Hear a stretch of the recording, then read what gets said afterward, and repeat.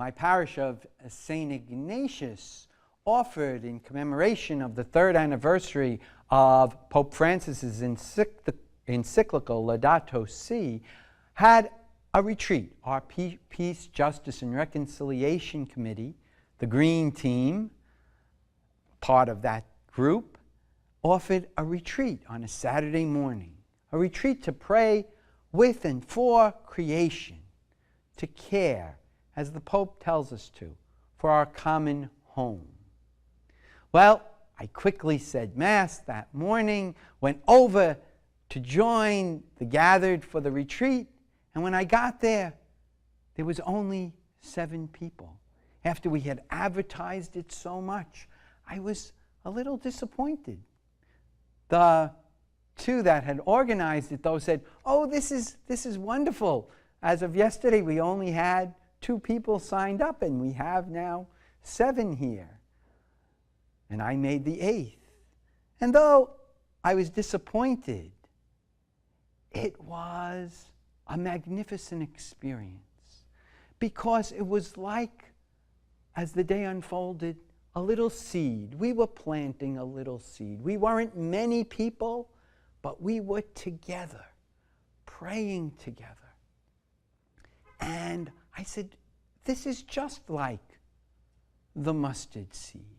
Who knows what God will do with the prayers that we are offering for the earth? And so my disappointment yielded and moved towards hope. And I'm reminded of the words of Václav Havel, the late president of Czechoslovakia and great author. He wrote, "Hope is not the conviction that something will turn out well, but the certainty that something makes sense, regardless of how it turns out." It made sense for us to be together, this small group, these little mustard seeds, to pray together. It made sense to offer our prayers for the earth. And Václav Havel goes on to write, "Work for something because it is good, not just because it stands a chance to succeed." And how often is it for all of us the case that we're working for something good, we don't see the results, we're just like the farmers, but then all of a sudden something wonderful happens. We look back and say, yes, we planted those seeds, and God, in God's good time, makes them grow and helps them to flourish. And sometimes we don't even get to see that we've succeeded at all. But we have to keep trusting that God labors in all of creation.